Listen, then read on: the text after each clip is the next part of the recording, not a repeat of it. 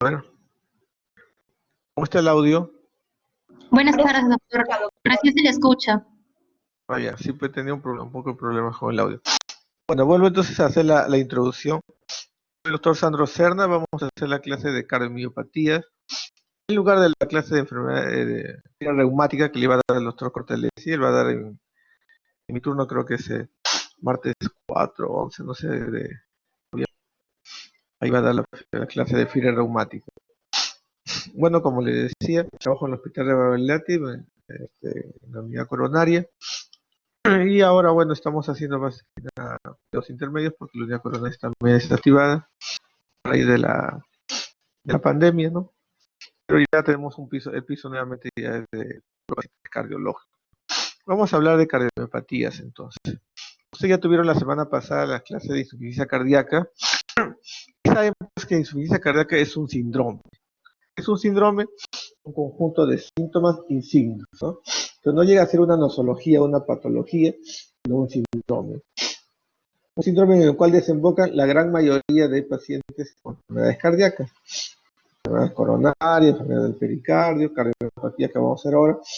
Estas enfermedades van a dar un síndrome común a todas ellas que se llama insuficiencia cardíaca. Entonces, ¿a qué nos referimos con cardiopatía? Son un gran grupo de enfermedades bastante heterogéneas, bastante diferentes una de otra, ¿no es cierto? Que van a afectar en forma primordial y primariamente el miocardio. Y que estas enfermedades que están afectando al miocardio principalmente no es resultado de enfermedades valvulares, hipertensivas, coronarias o anormalidades pericárdicas. Son básicamente enfermedades que afectan directamente al miocardio.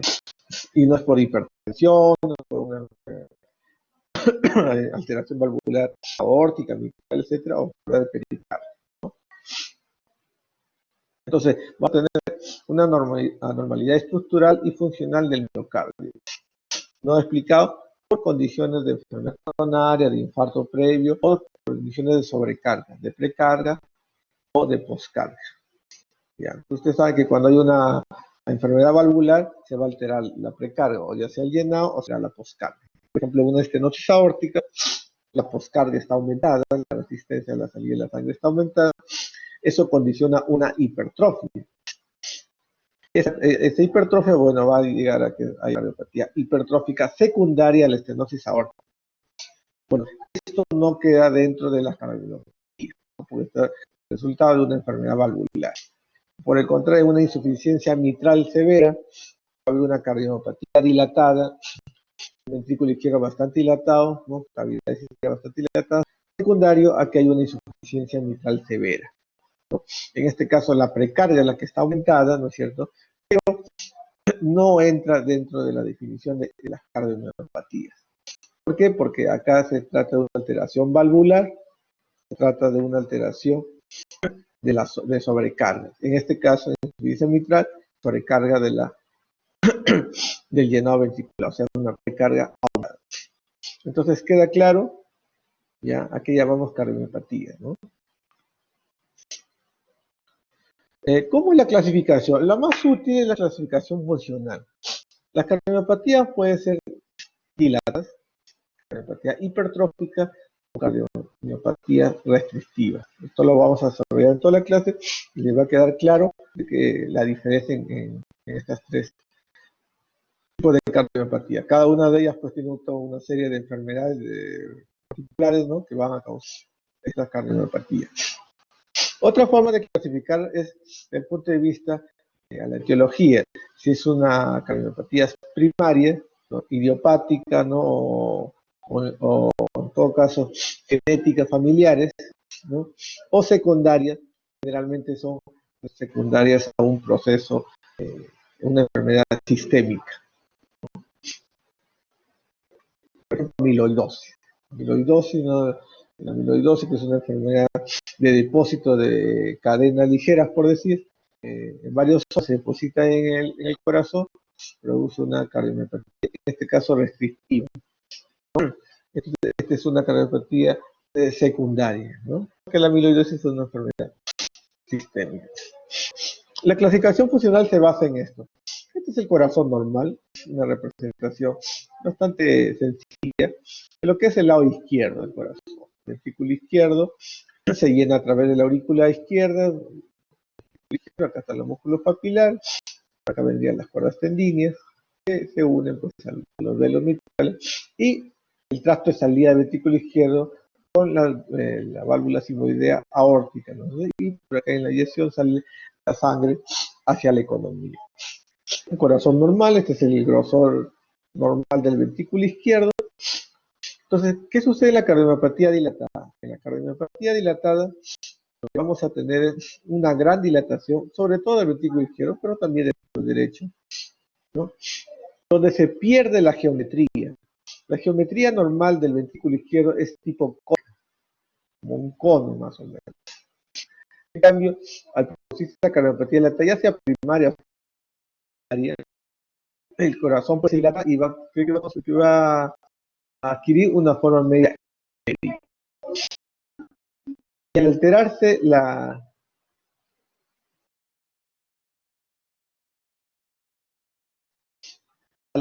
la geometría, se altera la geometría, la forma, pero también se altera la función. Si se dan cuenta acá, pues los músculos papilares pues cambian de orientación, ¿no es cierto?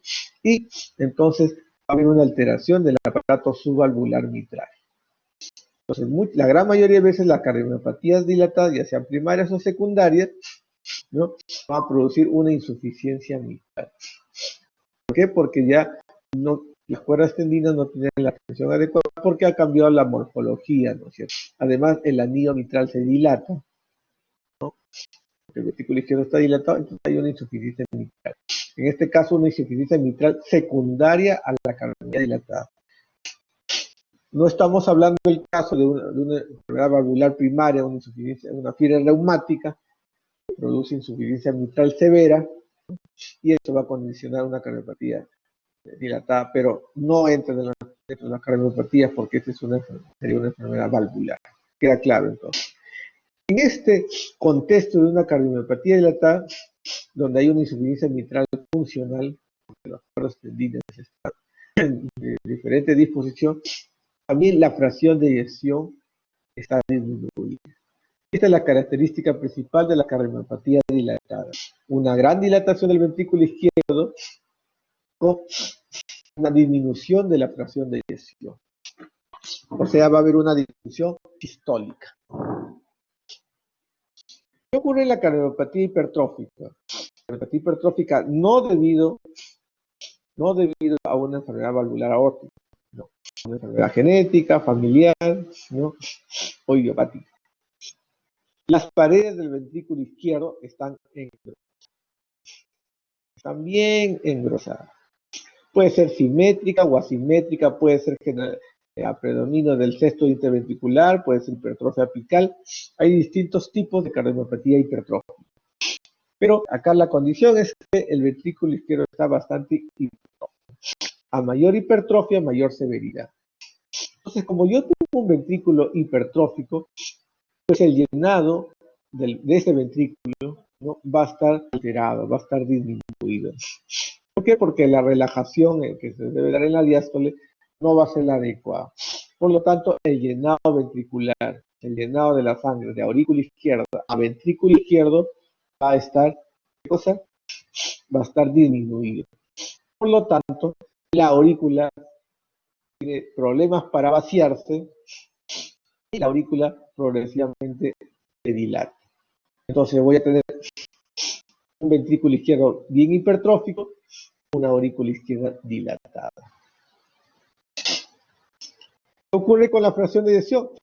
Pues la fracción de eyección está normal o está inclusive puede estar aumentada, o sea, está bastante conservada. No hay pérdida de la función del ventrículo, de la contracción del ventrículo izquierdo. Al contrario, la contracción puede ser vigorosa. Entonces, ¿cuál es el problema? El problema es el llenado ventricular. Entonces acá vamos a hablar de una disfunción diastólica. Y va a dar todos los signos clásicos de insuficiencia cardíaca.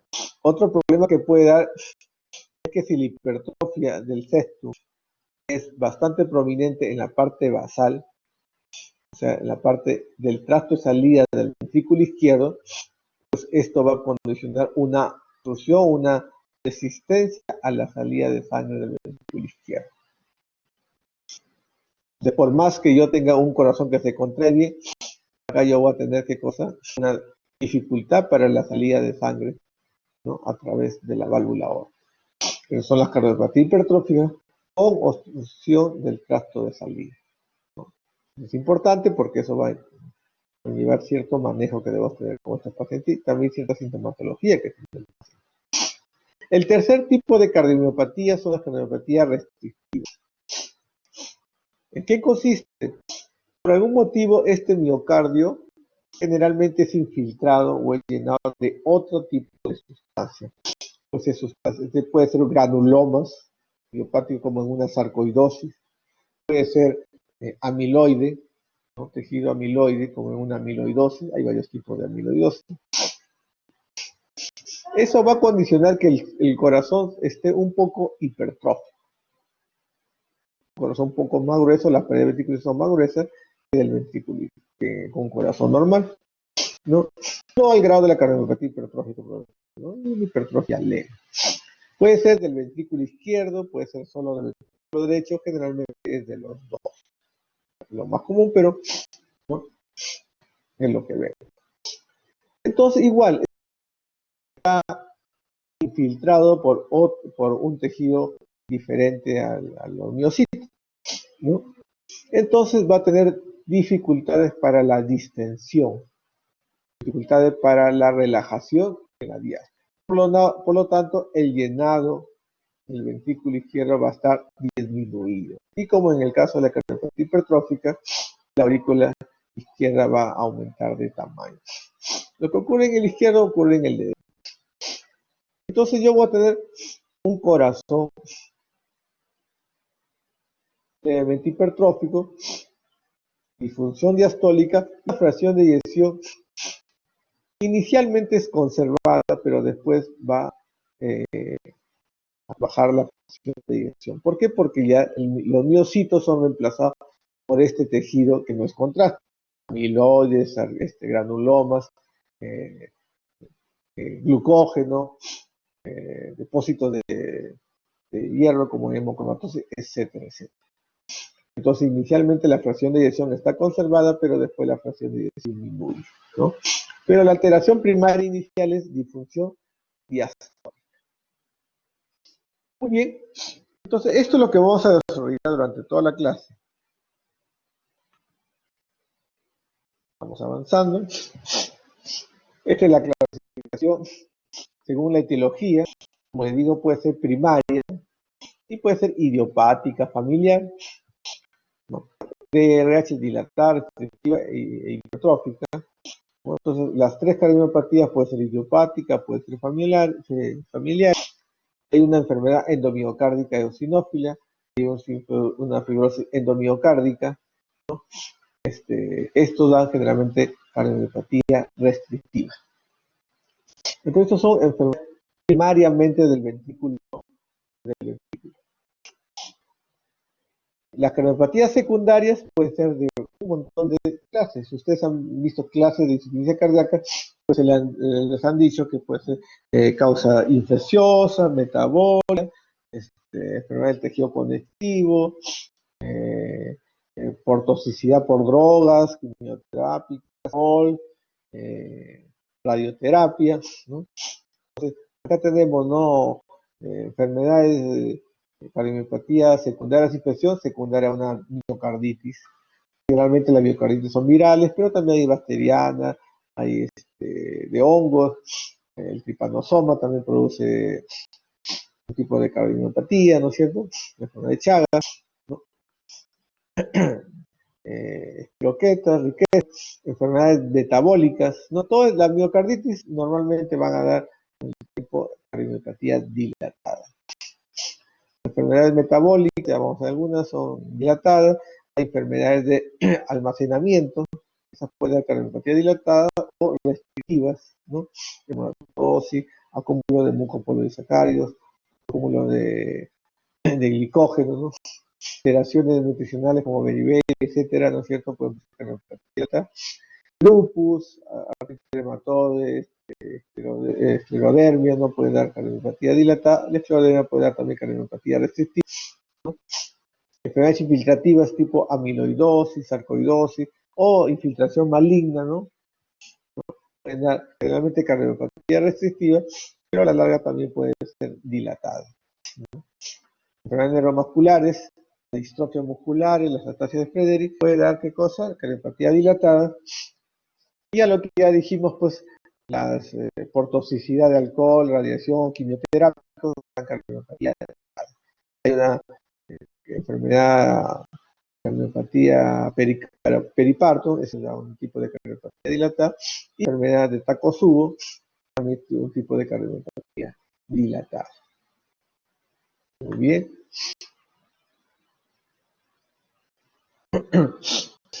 Entonces, para recordar, la cardiopatía dilatada, hay dilatación del ventrículo izquierdo y derecho, generalmente son los dos, o la función sistólica es la que está disminuida, hay congestión pulmonar, ¿no? Pulmonar, ¿no es cierto? Y el paciente, al final, ¿de qué se va a morir? Se va a morir de insuficiencia cardíaca progresiva. O pongas en clase funcional 3, 4, estadio C, estadio D, múltiples ingresos por emergencia, y el paciente entonces llega pues a un estado ya, como le dice, de caquesia cardíaca, ¿no? Hasta baja de peso, todo, está nasárquico, pero desnutrido, el paciente se muere como si tuviera una neoplasia estadio 4, ¿no? Está fíjate, se muere de caquesia cardíaca. También se pueden hacer muerte súbita, porque tener un corazón dilatado, un ventrículo dilatado, hay mucho riesgo de arritmia ventricular. Los pacientes o se mueren de falla cardíaca progresiva o se mueren de arritmia ventricular maligna, muerte súbita. Y algunos hacen eventos cardioembólicos, porque ya es el ventrículo dilatado y en ese aurículo dilatado se pueden formar trombos y se pueden producir ACV severos, isquemia mesentérica, isquemia de los miembros inferiores, que también puede ser causa de mortalidad. La cardiopatía hipertrófica, ¿qué es? ¿No es cierto? Hay una gran hipertrofia del ventrículo izquierdo. Generalmente lo más común que vemos es que el resto de interventriculares que se roza mucho más que la pared libre, que la pared lateral, ¿no es cierto? Y a veces obstruyen el tracto de salida del ventrículo izquierdo, a veces no, ¿no es cierto? Y la cavidad pues cardíaca no está dilatada, al contrario, la cavidad cardíaca es pequeña generalmente, ¿no? Gran hipertrofia, pero la cavidad en sí está pequeña y la fracción de eyección está normal. En la cardiopatía restrictiva, hay una infiltración, ¿no es cierto?, ¿no?, a nivel miocárdico o endomiocárdico, y eso hace que hay una alteración del llenado ventricular, ¿no? Por lo tanto, la difusión es diastólica, igual que en la cardiopatía hipertrófica. ¿Alguna pregunta hasta ahora? ¿Alguna pregunta? Muy bien, avanzamos. Entonces, la alteración, ¿no es cierto? En una cardiopatía dilatada, la alteración es sistólica. Hay una hipertrófica diastólica, una restrictiva difusión es diastólica. ¿Cómo el ventrículo izquierdo de una cardiopatía dilatada? Por definición está dilatado. ¿Cómo está en una cardiopatía? Generalmente está reducido, ¿no? Y cómo está en una cardiopatía restrictiva, normal o reducido, pero con el tiempo se puede volver dilatada, ¿no? Eso es importante que lo tengan bien claro. Entonces, ¿cómo está la función sistólica? La función sistólica de la dilatada, ya lo dijimos, fracción de eyección disminuida. ¿Cómo está la hipertrofia? Está normal. ¿Cómo está la restrictiva? Inicialmente normal y después se disminuida según se vaya infiltrando más esas paredes del ventrículo izquierdo. ¿Cómo está la función? Avancemos mejor, avancemos. Ya, entonces, los tres primeros que hemos dicho es lo más característico y lo que tiene que ver usted en un ecocardiograma, que es como al final hacemos el diagnóstico. Cardiopatía dilatada. La cardiopatía dilatada estamos hablando como enfermedades primarias o secundarias, no como secundarias a isquemia, a hipertrofia, a valvulopatia aórtica, la causa de la tercera parte de todas las insuficiencias cardíacas congestivas que van por emergencia. Al final es una disfunción diastólica debido a una progresiva dilatación, remodelación del ventrículo izquierdo, ¿no? Clásicamente es insuficiencia cardíaca congestiva. El paciente puede estar dilatando su ventrículo izquierdo sin que se dé cuenta, porque los mecanismos compensatorios que han visto, renina, angiotensina, aldosterona, sistema simpático, hacen que el paciente trate de preservarse en la medida posible del gasto cardíaco y que no haga síntomas, a costa de enfermar más al miocardio, ¿no? Hasta que ya el mecanismo compensatorio se ve, ya está muy dilatado, un corazón muy dilatado, ya no cumple la ley de Frank-Starling. Frank-Starling dice que a lo que más le llega, más contrae, o sea, mayor dilatación de la fibra miocárdica, más contracción. Pero cuando llega a una dilatación umbral, ya más dilata y ya no contrae más. Entonces ya se produce la cardiopatía dilatada y ya se vuelve sintomática. Puede ocurrir a cualquier edad, generalmente tercera, cuarta edad, ¿no? Y estas son una de las causas pues, que hemos dicho, ¿no? Infecciones a la cabeza viral. El COVID, por ejemplo, puede dar miocarditis, puede dar cardiopatía dilatada. El VIH, ¿no es cierto? El tipanosoma, ¿no? Chagas, ¿no? Drogas, enfermedades metabólicas, quimioterapia, ¿no es cierto? O respuesta autoinmune. Hay causas reversibles de cardiopatía dilatada, ¿no?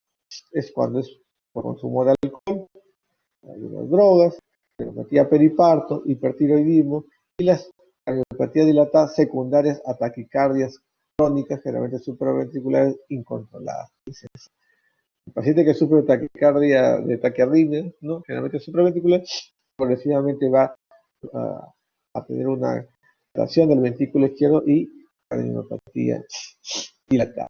Usted controla la arritmia, la trata, la desaparece o le controla la frecuencia cardíaca y la cardiopatía dilatada puede revertir. De todas las cardiopatías dilatadas, un 20% son genéticos. Hay varios genes, ¿no es cierto? Realmente son proteínas que alteran proteínas del cuerpo, genes que mutaciones de estos genes, y hay algunas que tienen miopatías sistémicas, como la disfunción muscular de Duchenne, ¿no? De Dreyfus, ¿no? Hay alteraciones también a nivel de mitocondrias, ¿no? La clínica básicamente es de congestión, de aumento de la precarga, o sea, aumenta de volumen. El paciente empieza a tener disnea progresiva, puede ser ortopnea, disnea paroxística nocturna. El paciente puede tener concentración yugular, puede hacer dolor en hipocondria por hepatomegalia, puede ser ascitis, edema inferior, anasarca, ¿no? O sea, signos de congestión pulmonar o congestión sistémica. Pero también puede haber dolor torácico, recuerda que ya tiene una fracción de eyección bastante disminuida, eso le puede producir una angina. Angina no por enfermedad coronaria, sino porque el corazón bombea poca sangre. Al bombear poca sangre, la presión también es al límite, el límite inferior, entonces sale poca sangre a la boca y obviamente hay poco flujo coronario, ¿no? También les mencioné que puede haber arritmias ventriculares o supraventriculares. El paciente va a tener ¿qué cosa? Palpitaciones o síncope cardiogénico. Ya saben que un síncope cardiogénico puede ser el aviso de una muerte súbita cardíaca, ¿no? Y puede haber cuadros de embolismo, una sintomatología propia de si es un embolismo a nivel cerebrovascular, pues entonces va a haber déficit neurológico focal, puede haber hemiparesia, hemiplegia, disartria, ¿no? Es un embolismo a nivel de esquema mesentérica, dolor abdominal, no sé si abdomen distendido, abdomen agudo, ¿no? Si es una embolisma en los miembros inferiores, pues puede haber isquemia, palidez, dolor, ¿no? El miembro inferior, ¿no? Eso puede llevar hasta la pérdida, ¿no? Entonces, esa es la clínica de una cardiopatía dilatada, ¿no? Que hasta con una angina secundaria que de acá, el paciente presentó síncope por arritmia ventricular. al examen físico, pues voy a encontrar los edemas. Signo de sobrecarga ventricular, de sobrecarga de volumen a nivel pulmonar, voy a escuchar crépitos, voy a escuchar, puede haber derrame pleural bilateral, o sea, disminución del movimiento circular en las bases, ¿no? Voy a encontrar signos de sobrecarga de congestión sistémica, o sea, ingurgitación yugular, ¿no? Edema de miembros inferiores, puede haber ascitis, ¿no? Y como yo les decía, las cardiopatías dilatadas pues, van a alterar una posible insuficiencia mitral y o tricuspidia, ¿no es cierto? Funcional, porque el anillo mitral o tricuspidia, según cuál el ventrículo esté dilatado, pues se dilata el anillo, se agranda y los velos, por más que estén normales, ya no cubren todo. Además, hay disfunción de los músculos papilares de la válvula mitral, entonces todo eso condiciona una insuficiencia mitral secundaria. Puede haber soplo, un soplo de insuficiencia mitral, un soplo holosistólico con mitral.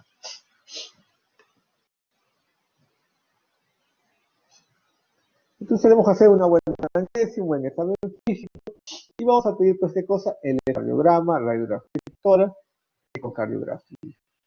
Estos son los tres primeros exámenes, los básicos que tenemos que pedir, una cardíaca, ¿no es cierto?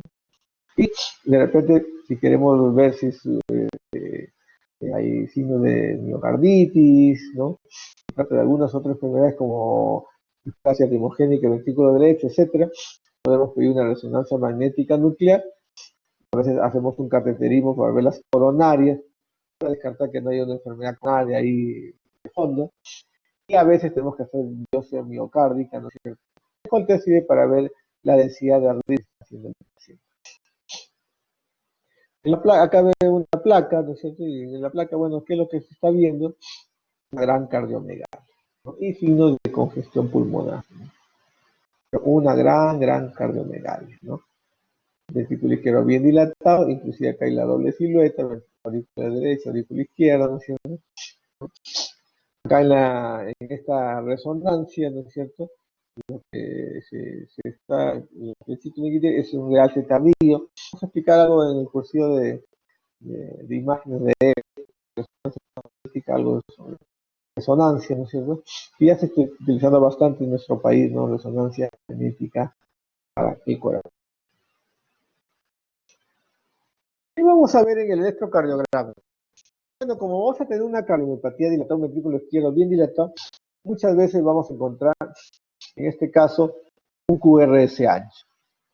No sé si habrán tenido su clase ya de EKG sobre crecimiento de cavidades y bloqueo de rama. Pero, si ustedes se dan cuenta acá, está en un ritmo sinusal. Esta es la derivada, ahí está la onda P. Está la onda P, la onda P, la onda P. Positiva en 2, negativa en ABR, ¿no? Y siempre después de una onda P hay un QRS. Es un ritmo sinusal. ¿Está taquicárdico? No, estamos en 90. ¿No? Lo agranda en su casa y vamos a poder ver que estamos en 90. Está menos de 100. 25 más o menos. Y bueno, lo que vamos a ver, lo van a notar acá, es que tenemos el QRS, es ancho. El QRS ancho. El QRS ancho es eje horizontal es tiempo. Por lo tanto, este QRS ancho indica que la despolarización o la activación ventricular está prolongada, está durando más de lo normal. Lo normal es que sea 0.08 o menos, o sea, 2 cuadraditos chicos.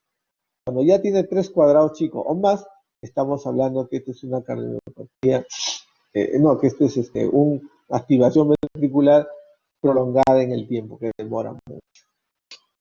Y cuando vean su clase de cardiograma, se van a dar cuenta que cuando tengan un QRS ancho, una de las causas principales es los bloqueos de rama de la DGIS, bloqueo de rama derecha, bloqueo de rama izquierda. Realmente cuando el ventrículo izquierdo está muy dilatado, pues hay un bloqueo de rama izquierda, y eso es lo que vemos acá.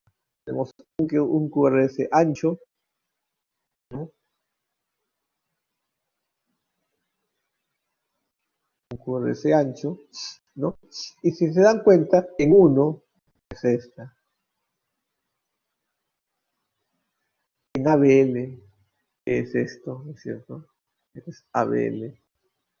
Y en B6, este es B6. Este es B6. Va a tener una R empastada o ancha.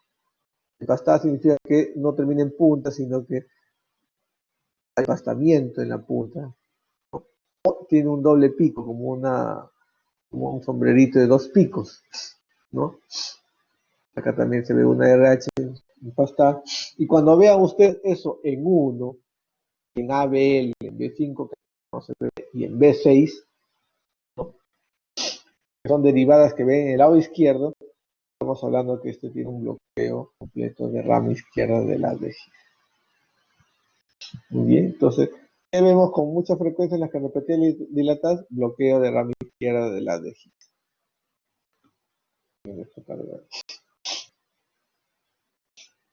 Acá, nuevamente, acá sí es un corazón, un electro donde está rápido, está más rápido, está más de 100, ¿no? Y es irregular. Ustedes se dan cuenta, este es un 2 largo, acá está más cerca, acá está un poco más lejos, acá está más lejos, nuevamente se acerca, se aleja un poco, se acerca el QRS, se aleja, o sea, es irregular. Entonces acá tenemos una taquicardia, QRS ancho. ¿Se dan cuenta? Es ancho. Fíjense acá, es ancho. ¿Dónde está ancho? Está ancho en 1, está ancho en ABL, está ancho en B5, ancho y positivo, ¿no? B5 y en B6. Siempre va a estar ancho en todas, ¿no? Pero ¿dónde está ancho y positivo? En 1, en ABL, que es este acá, en B5 y B6. Entonces, ¿por qué está ancho? Porque tiene un bloqueo de rama izquierda. Ahora, ¿cuál es la ritmo? Es una taquicardia, QRS ancho, irregular y no hay onda P. ¿Cuál es la taquicardia más frecuente? La taquicardia más frecuente es la fibrilación auricular. Es otro hallazgo que vemos en las cardiopatías dilatadas. Con mucha frecuencia hace fibrilación auricular. ¿Por qué? Porque tenemos ventrículo izquierdo dilatado y aurícula izquierda también dilatada. Es que el corazón no bombea bien, la sangre se comienza a acumular en la bola. Entonces, este es un paciente igual que el otro, tiene bloqueo de rama izquierda, pero acá está con una fibrilación auricular. Es un hallazgo bastante frecuente de las cardiopatías dilatadas. Bloqueo de ramas izquierda, sobre todo, básicamente izquierda, y fibrilación auricular. Y acá tenemos otro paciente, que su QRS no está tan ancho, no está ancho, pero lo que sí llama la atención, acá es 1, 2, 3, ABF, llama la atención que la amplitud, o sea, el tamaño en el eje vertical, el voltaje, está disminuido. Y además vemos estos, en precordales también está disminuido, ¿no? No tienen mucho tamaño estos complejos. Si comparan con el electro anterior, pues el electro anterior tenía mayor dilatación, tenía mayor amplitud, o sea, eran más altos o más profundos las ondas. Acá son chiquitos, ¿no? En altitud.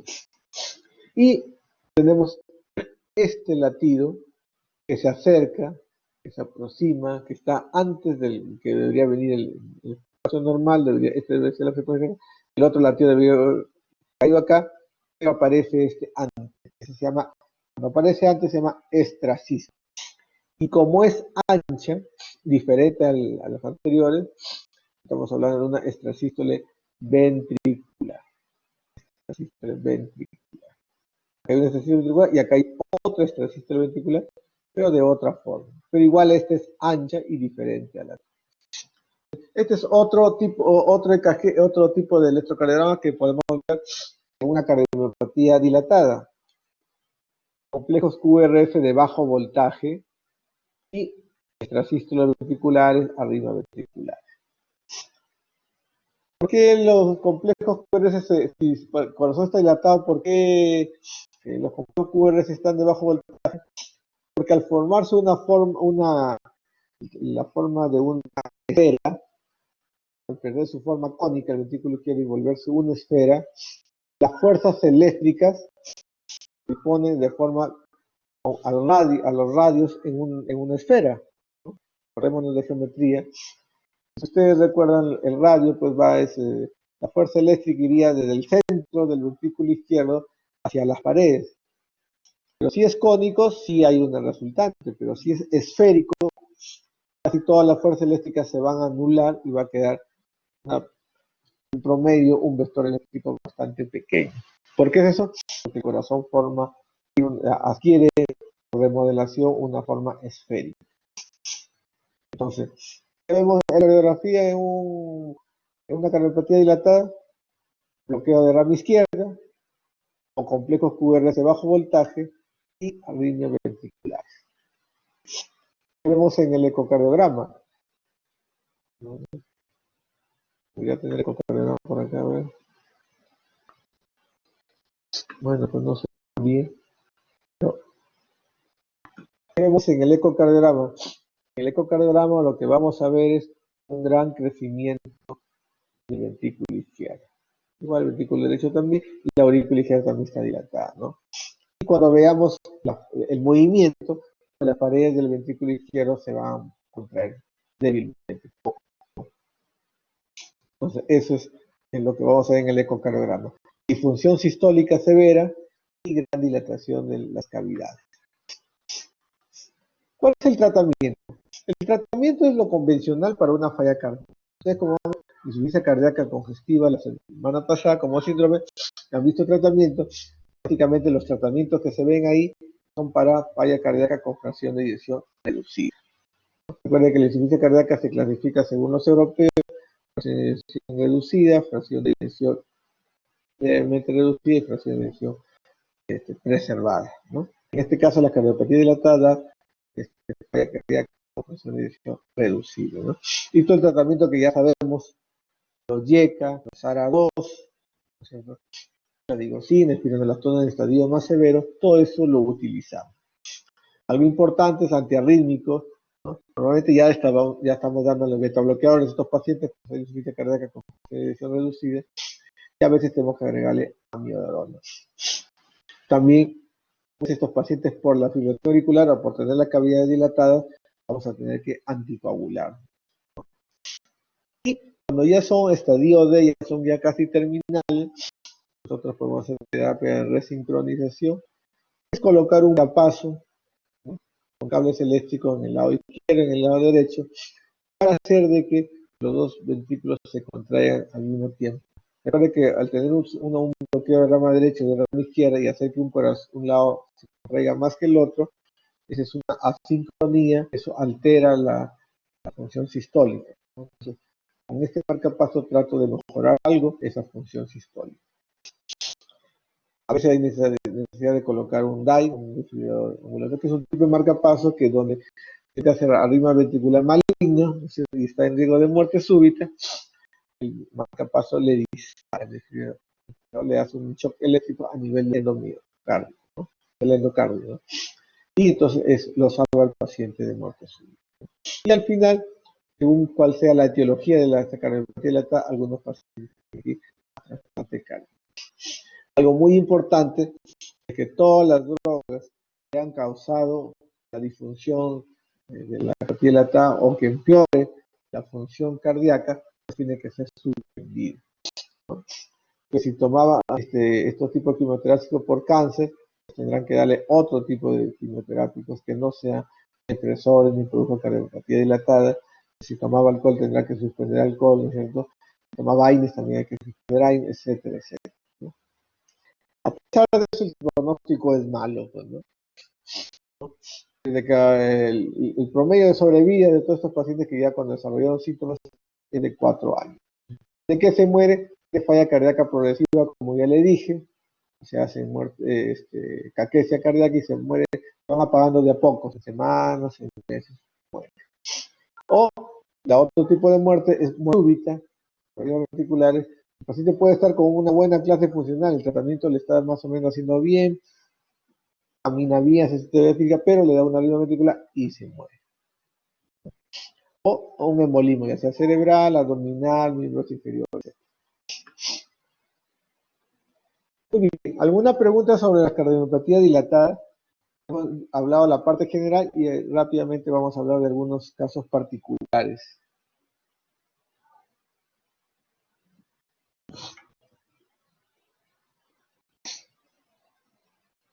Empezaremos con la cardiopatía por alcohol, ¿no?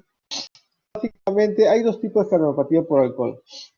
Uno es, digamos, la fase aguda, uno que un paciente por consumo excesivo de alcohol, de forma aguda, ¿no es cierto?, puede producir arritmia supraventricular, ya ventricular y hacer una cardiopatía, ¿no es cierto?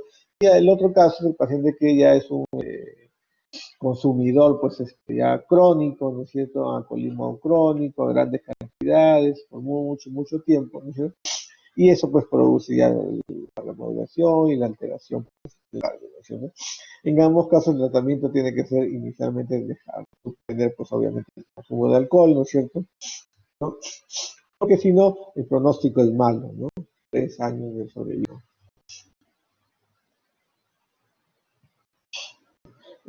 Si deja de consumir el alcohol, ¿no es cierto? Probablemente la arritmia se suspenda, ¿no es cierto? Y eso tiene un buen pronóstico, ¿no? Esta segunda forma es cuando uno tiene un consumo más aguda, digamos, ¿no es cierto? Básicamente hacen arritmias generales supraventriculares, eso produce cardiomiopatía, ¿no es cierto? Pero no son esos consumos crónicos de grandes cantidades, ¿no? Digamos, el pronóstico mejora si es que se deja de consumir alcohol. Obviamente, esta segunda forma tiene mejor pronóstico que la anterior. Cardiomiopatía del embarazo o cardiomiopatía periparto. Aparece en el tercer trimestre, incluso se puede presentar en los siguientes meses postparto, ¿no? No está clara la fisiopatología, ¿no es cierto? Pero parece que hay una reacción inmune, una respuesta inmune, ¿no es cierto?, que produce una inflamación del miocardio, ¿no es cierto?, donde la prolactina está implicada. Y por eso en el tratamiento ya últimamente se está dando bromocriptina. Hay algunos factores de riesgo para desear cardiopatía, para que la mujer, la gestante, desarrolle cardiopatía periparto, ¿no es cierto? Y es que sean multíparas, mayores ya de 30 años, de raza negra, que hayan hecho preeclampsia, ¿no? El pronóstico, bueno, muchas veces esta cardiopatía de periparto del embarazo revierten después de unas semanas o meses después de haber dado a luz, ¿no es cierto? En este caso el pronóstico es bueno, pero hay algún porcentaje donde no revierte, ¿no? Y queda con una presión bastante alterada y ahí sí el pronóstico es como las otras cardiopatías, ¿no?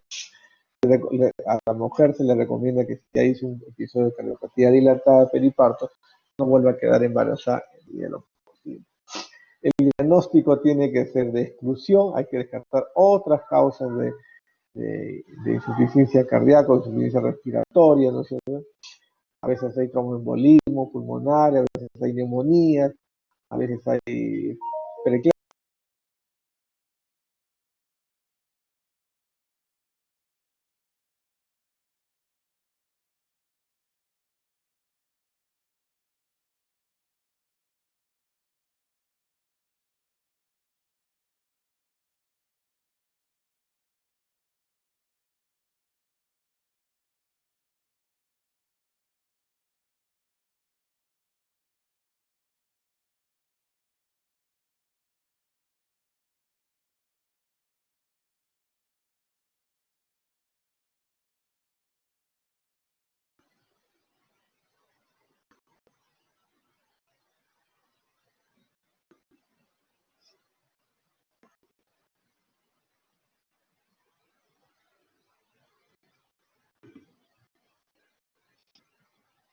Ya, regresé.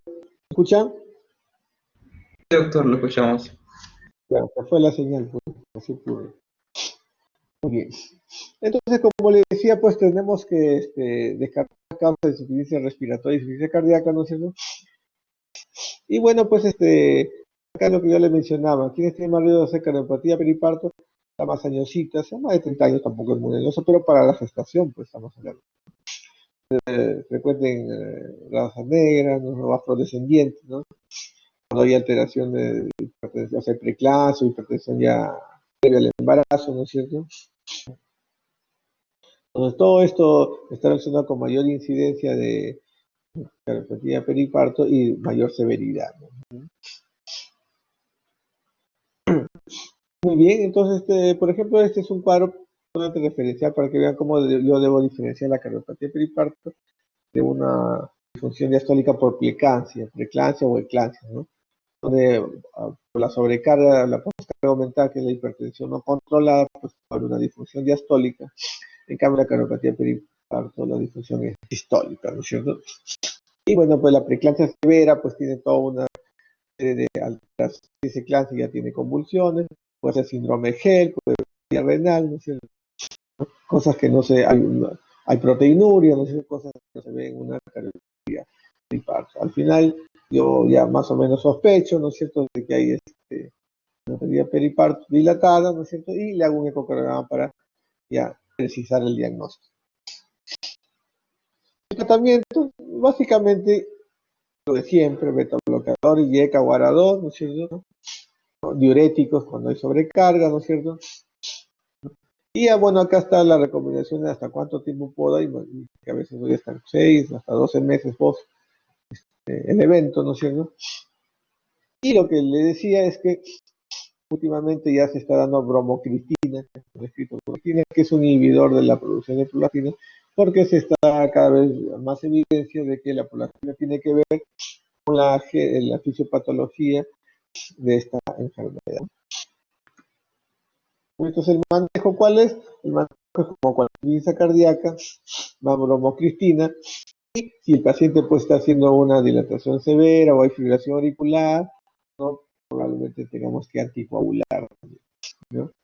Hay que ver la anticoagulación, ya pues eso ya lo tiene que ver el cardiólogo, ¿no? Porque hay que considerar si la paciente va a dar va a dar de lactar al bebé, no sé, y considerar, ¿no es cierto?, la warfarina o la heparina pasan a través de la materno, ¿no?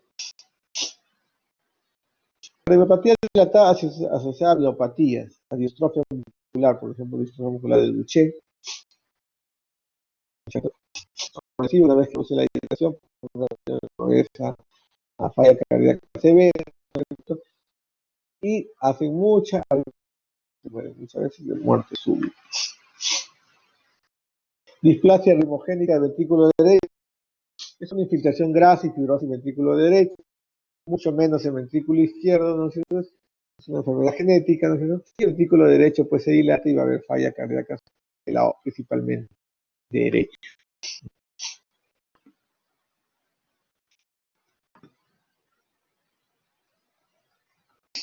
¿No? Como le decía, clínica de falla cardíaca derecha, o sea, sobrecarga de volumen sistémico, incurgitación yugular, ascitis, edema de miembros inferiores, patomegalia, ¿no es cierto? Y taquiarritmia, ¿no? Muchas de ellas ventriculares, o sea, arritmogénica, hace taquicardia ventricular, y esto puede ser causa de la muerte en estos pacientes, ¿no es cierto? Necesitamos hacer un ecocardiograma y una resonancia. En la resonancia acá lo que vemos, este es el ventrículo izquierdo y este es el ventrículo derecho, ¿no? ¿Y qué se ve acá? Se ve que el ventrículo derecho está más dilatado que el ventrículo izquierdo. El ventrículo derecho está más dilatado que el ventrículo izquierdo y la infiltración grasa. ¿Cuál es el tratamiento?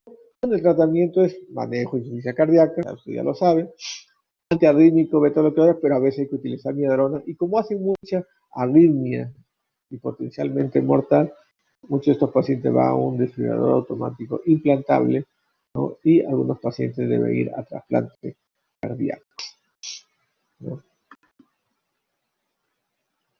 La cardiopatía de estrés o Takotsubo, o también llamado síndrome del ablandamiento apical o síndrome del corazón roto, de broken heart. El paciente debuta clínicamente como si estuviera haciendo un dolor torácico, como si estuviera haciendo un infarto. Son características que principalmente el paciente ha tenido un estrés emocional, más emocional que físico inclusive. tenido un accidente de tránsito, ha visto un cadáver, ha visto sangre, un terremoto, peleó con el hijo, la hija, no sé.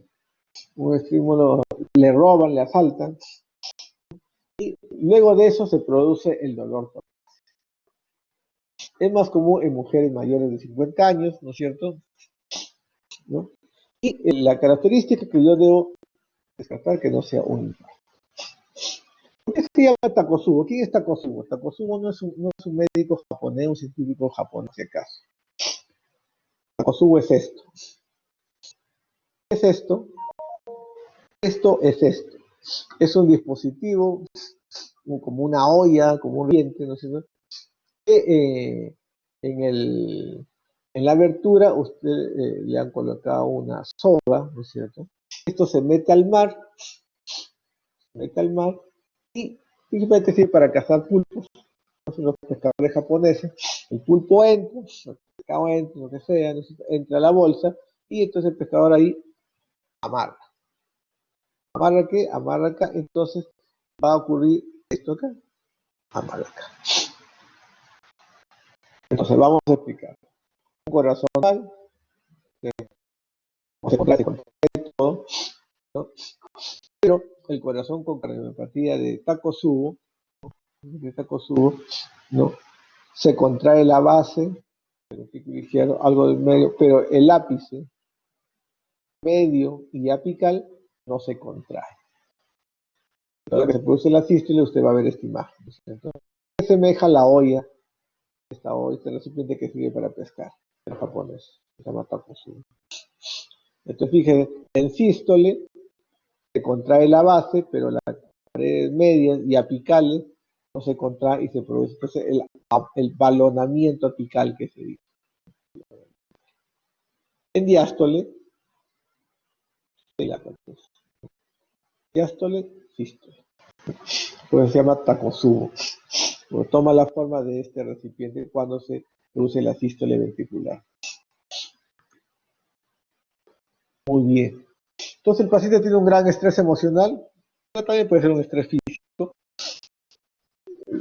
Hace el dolor de pecho muy fuerte, el paciente va a la emergencia, usted le toma un electrocardiograma, tiene ST elevado en las derivadas precordiales.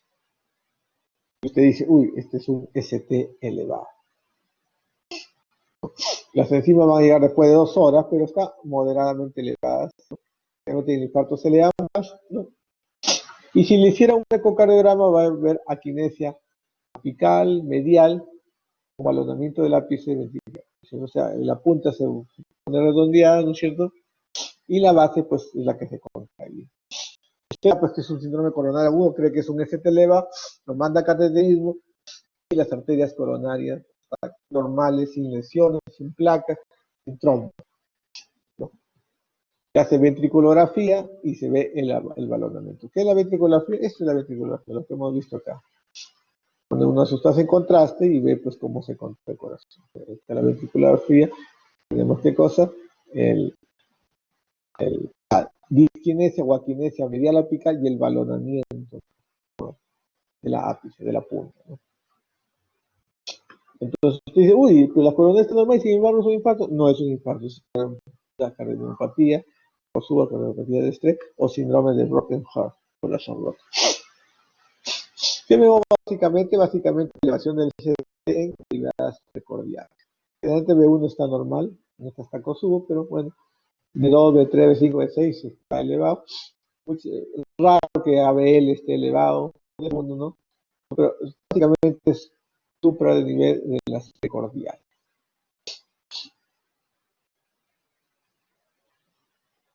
Igual acá, todavía no han hecho pues enfermedad coronaria, síndrome coronario. Si se dan cuenta acá el ST está elevado, fíjense, cualquiera puede darse cuenta que el ST está elevado, porque el ST debería ser acá, no sea isoeléctrico, ¿no? Y acá está elevado, B5, B4, B5 y algo B6, ¿no? Él hace la ecografía, ¿no es cierto? Esto que es normal, más bien se ve así, el balonamiento del ápice, ¿no? Eso es lo característico contrae bien la base y medio apical no se contrae y tiene la forma de Takotsubo, pues, ¿no? Tiene para pescar, ¿no es cierto? Pero hay otras tipos de Takotsubo, ¿no? Donde más bien, por ejemplo, la, la contracción es buena en índice, pero más bien en la base no. Entonces, si ustedes se dan cuenta acá, la punta casi está más o menos contraída, pero la base no. Es un Takotsubo inverso, ¿no? No es apical, sino entonces es basal, ¿no? Entonces, en el Takotsubo clásico, esto se contrae bien y esto no. En cambio, en el Takotsubo inverso, esto se contrae bien y esto no. Y a veces hay Takotsubo pues focalizado, ¿no? No se contrae bien, ¿no? Pero esta parte no se contrae bien. Fíjense, esta parte no se contrae bien. Variantes, ¿no?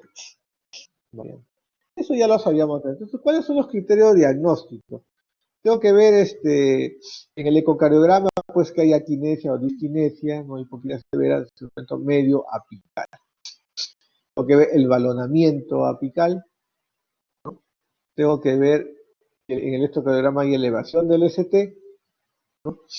Y las arterias coronarias en el cateterismo han salido normales, sin placa, sin trombo. Hay que descartar que no esté haciendo miocardito, porque no tenga feocromocitoma, que es un diagnóstico diferencial. Entonces, el Takotsubo la gran mayoría de veces tiene web no. La mortalidad es menos del 5%, ¿no es cierto? Y la recuperación de la contracción del corazón puede ser completa. Luego de algunas semanas, 1 o 2 meses, se contrae ya todo, la punta también todo y vuelve a la normalidad. Sin embargo, puede haber complicaciones severas, ¿no? O sea, hay algunos afectos cardiogénicos, donde el 10% puede haber eso, ¿no es cierto? ¿No? Y hay que tratarla pues con todo, inotrópico, y ver cómo se maneja una falla cardíaca severa, ¿no? Y a veces hacen arriba ventricular maligna y puede producir la muerte en el evento agudo. Pero son muy menores, pero no sé, en los años 90 había una artista mexicana, una actriz de telenovelas, ¿no?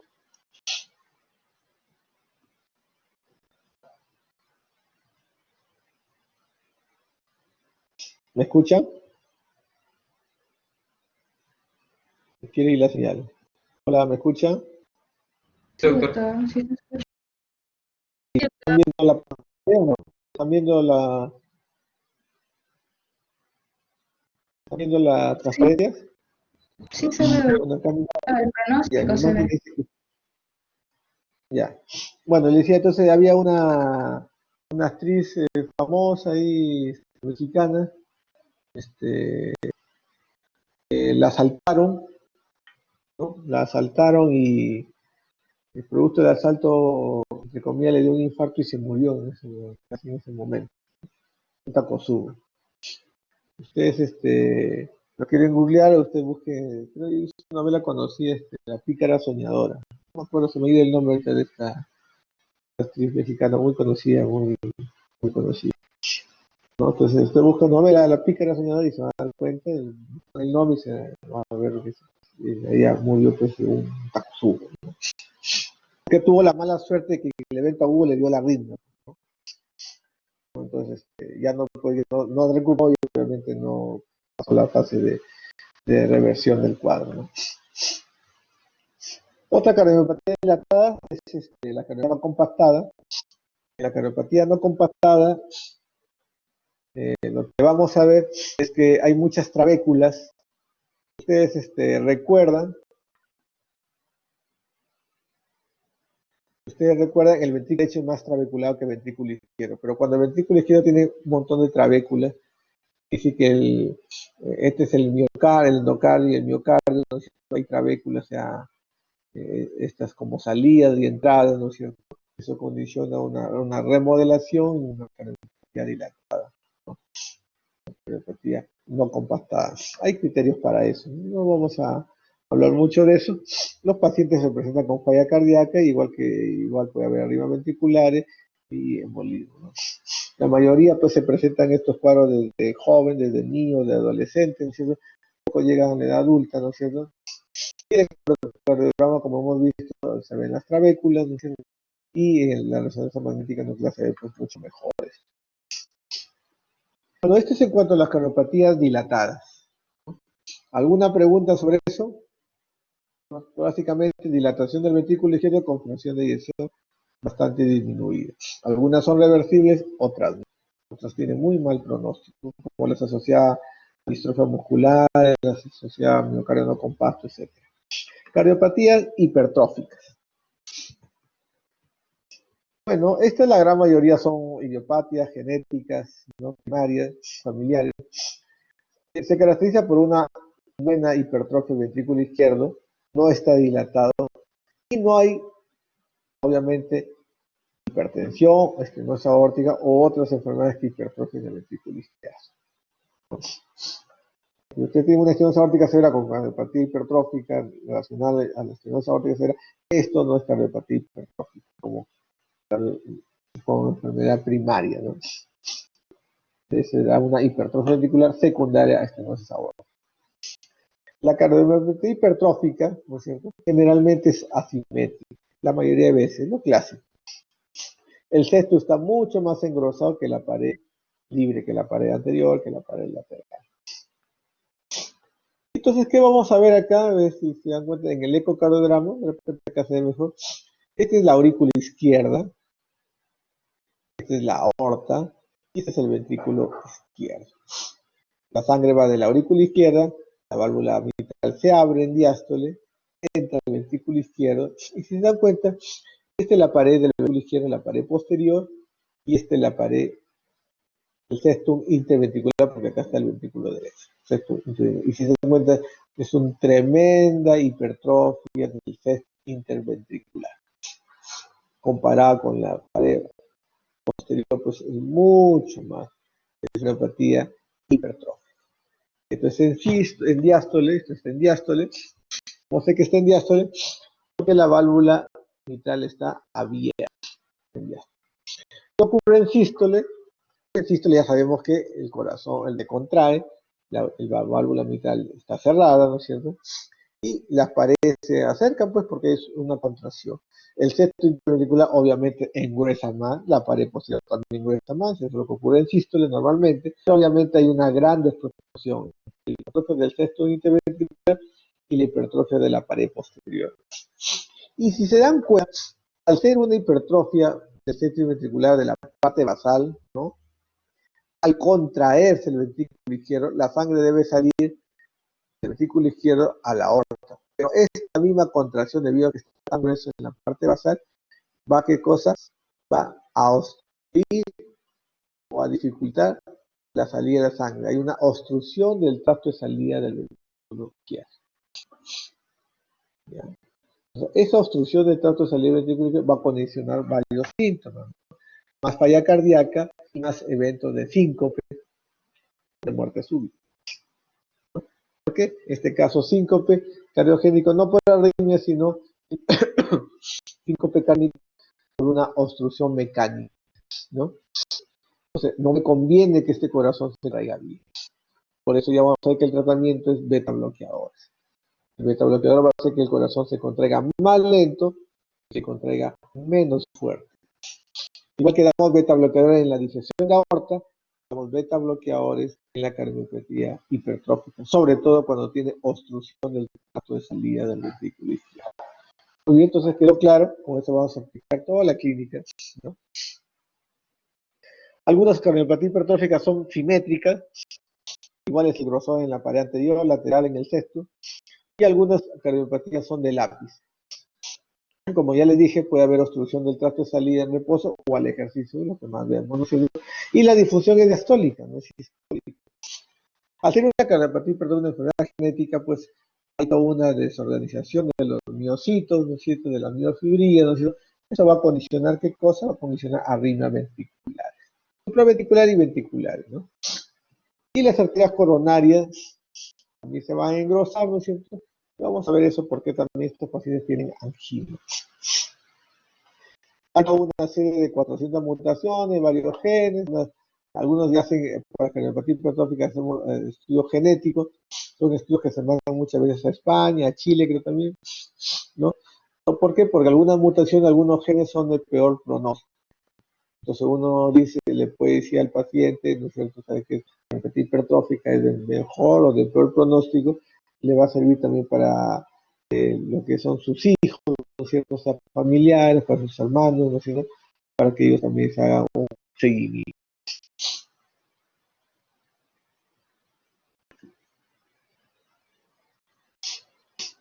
Muchos de estas cardiopatías hipertróficas son asintomáticos, sin embargo, algunos debutan como muerte súbita. Recuerde, la causa principal de muerte súbita en pacientes menores de 35 años es cardiopatía hipertrófica. Hace algunos años se murió un joven jugando para el Cristal en altura, tenía cardiopatía hipertrófica. Este jugador de Camerún falleció jugando fútbol por su selección, ¿no? Jugando fútbol, no tenía cardiopatía hipertrófica, obstructiva, ¿no es cierto? Y hizo muerte súbita. Y desde acá está muerto, para no ponerse a mirar, ¿no es cierto? Lo mismo acá este jugador, ¿no? Entonces, cuando usted vea que un deportista aparentemente sano y joven, menor de 35 años, se murió súbitamente, lo más probable tenía cardiopatía hipertrófica.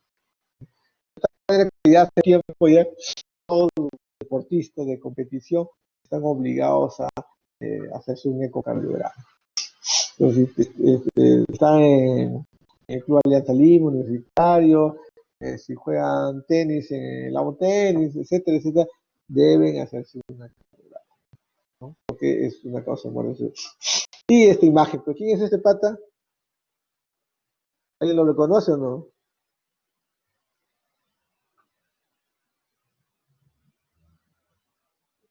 No, no lo reconocen.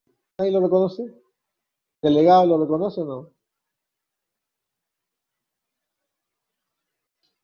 ¿No está el delegado? Está.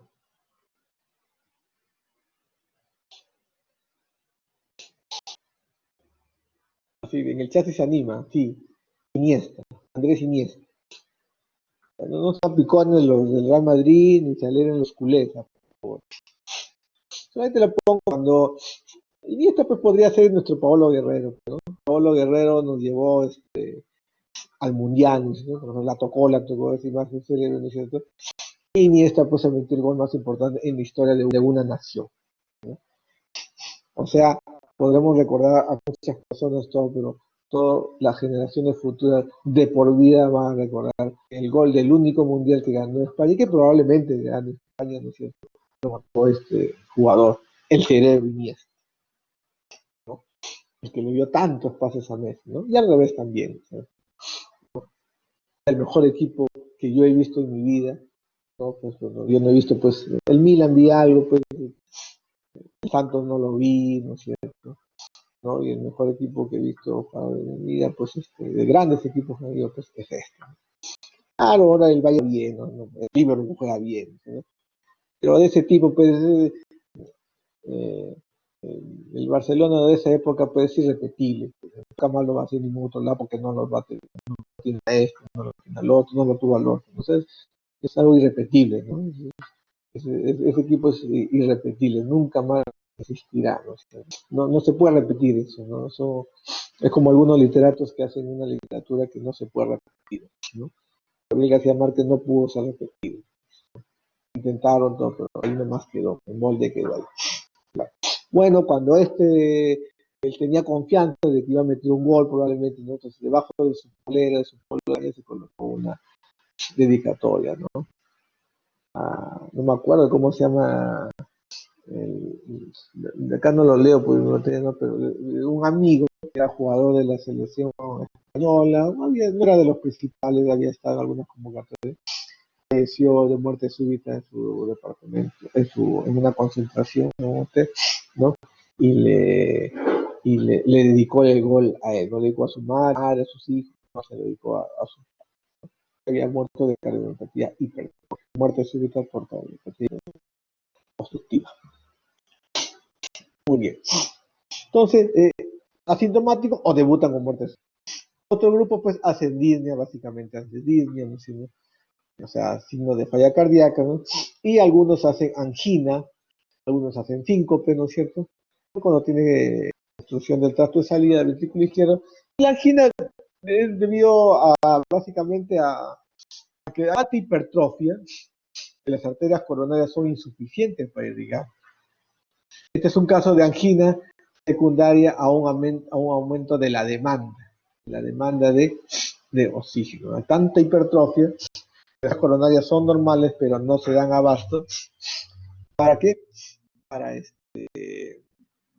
irrigar ese, ¿no? Entonces el paciente puede hacer una cardiopatía hipertrófica obstructiva, se puede presentar igual que una estenosis aórtica severa, con disnea, angina y síncope. Con la triada que hemos visto en la estenosis aórtica severa, también se puede ver en la cardiopatía hipertrófica.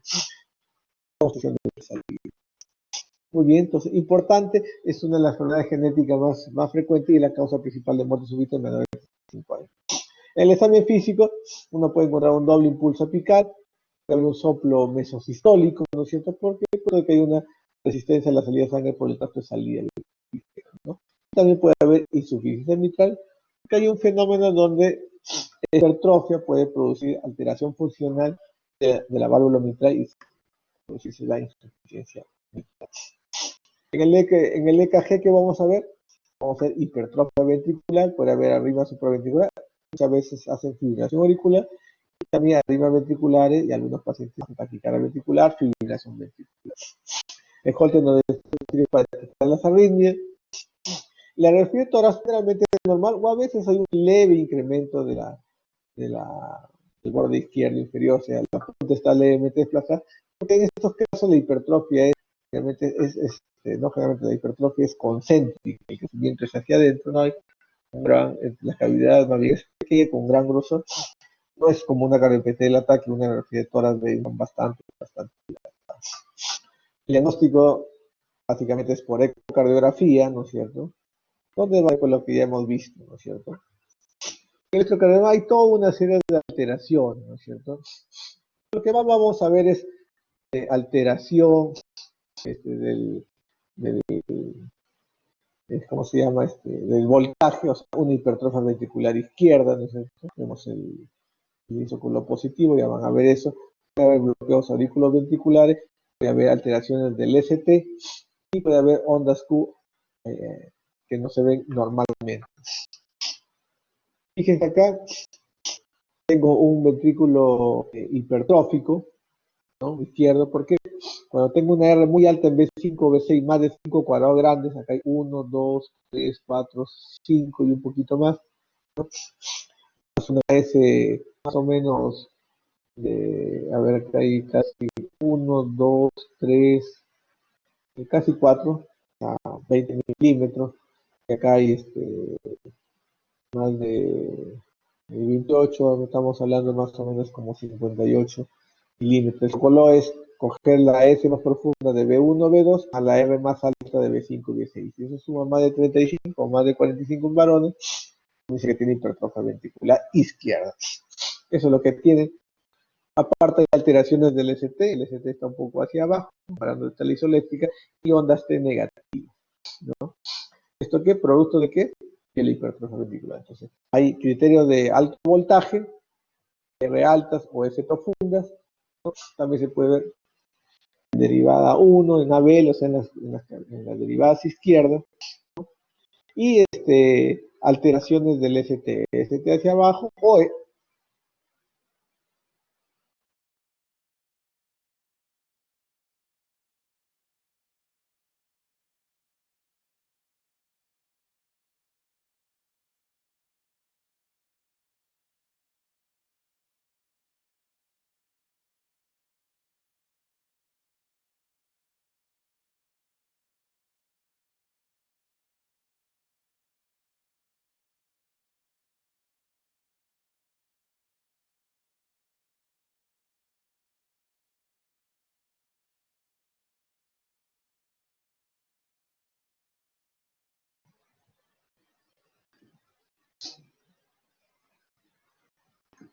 muy bien. ¿Me escuchan nuevamente? Ya, tuve una crisis de ausencia 5, pero sin secuela. Muy bien, entonces el ST también está alterado. Generalmente, donde el hipertrofia hacia el izquierdo, tengo B4, B5 y B6, tengo el ST hacia abajo, ondas T negativas, ¿no? En ABL, que también es izquierdo, tengo T negativas, y en uno que también es izquierdo, tengo T negativa. Acá hay otro electrocardiograma, ¿no? Fíjense, tengo una R bien alta, en este caso en B6, B6 más que en B5. ¿Cuántos cuadrados grandes? Vamos a ver cuántos cuadrados grandes hay. 1, 2, 3, 4, 5 cuadrados grandes, más este poquito acá, este poquito, 6 cuadrados grandes. O sea, 6 por 5, 30 cuadraditos chiquitos o 30 milímetros. Acá hay 30 milímetros y lo sumo a la S más profunda de B2 o B1, que creo que es B1. Acá tendría 5, 10, 15, 20 y 25. O sea, 5 cuadrados grandes por 5, 25. De acá más 30, había 55. Entonces, criterio de hipertrofia ventricular izquierda es el Sokolov. En el lado izquierdo que voy a tener negativas, aunque también la tengo en 2 y en 3, tengo en cara inferior 2, 3 y ABF y la tengo en cara lateral 1, B4, B5 y B6 negativas, con infranivel del ST. Entonces, hipertrofia ventricular. Y en otros elementos yo lo que puedo ver son ondas Q. Fíjense acá, ondas Q, si bien no son tan anchas, pero son bien profundas, como si hubiera tenido un infarto en cara inferior. Las ondas Q normalmente tienen que ser menos del 25%, ¿no? El 25% de la R. Acá está casi la mitad de la R, ¿no es cierto? Acá está la mitad de la R, igual la mitad de la R, ¿no? Está un poco más.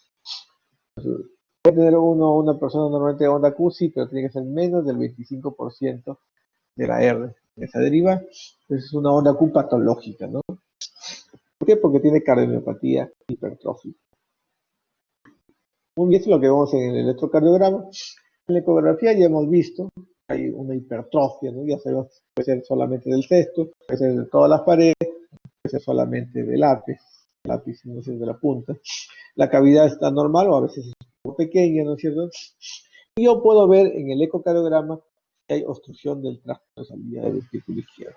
A veces la obstrucción es en reposo en ejercicio, ¿no? Y a veces solamente es en ejercicio. Eso se llama dinámico. Solamente cuando está haciendo ejercicio es que hay la obstrucción del tracto de salida, pero en el reposo. Y lo que yo le decía es que a veces hay insuficiencia mitral, porque al haber una obstrucción del tracto de salida, esa obstrucción, el velo de la válvula mitral, en vez de cerrarse la sístole, se va hacia la parte anterior, cerca hacia el cesto, ¿no? Eso se llama movimiento anterior sistólico del velo anterior de la válvula mitral, ¿no? Eso también contribuye a la obstrucción del tracto de salida, ¿no es cierto? De tal manera que va a haber una insuficiencia mitral secundaria a la hipertrofia del cesto, ¿no? Eso se llama el SAM. Eso es lo que les decía antes, que puede haber insuficiencia mitral en una cardiopatía. Esto es lo mismo, creo, ¿no? Sí, es lo mismo, ¿no es cierto? El SAM, ¿qué significa? A ver, cardiopatía hipertrófica, sobre todo en la base asimétrica, al contraerse en sístole, tapa el tracto de salida del ventrículo izquierdo, ¿no es cierto? Fíjense cómo está acá, dificultad, y en sístole la válvula mitral pues se cierra. Este velo posterior se está cerrando, pero este velo anterior, en vez de irse acá y juntarse con el posterior, se va hacia el cesto. Movimiento anterior, porque este es el pecho del paciente anterior, el movimiento anterior sistólico durante la sístole del velo anterior de la válvula SAM. Eso contribuye también a tapar más la salida de la sangre por la aorta. Todo eso lo vemos en un ecocardiograma. Esto es lo que ya les he dicho. Después lo revisan.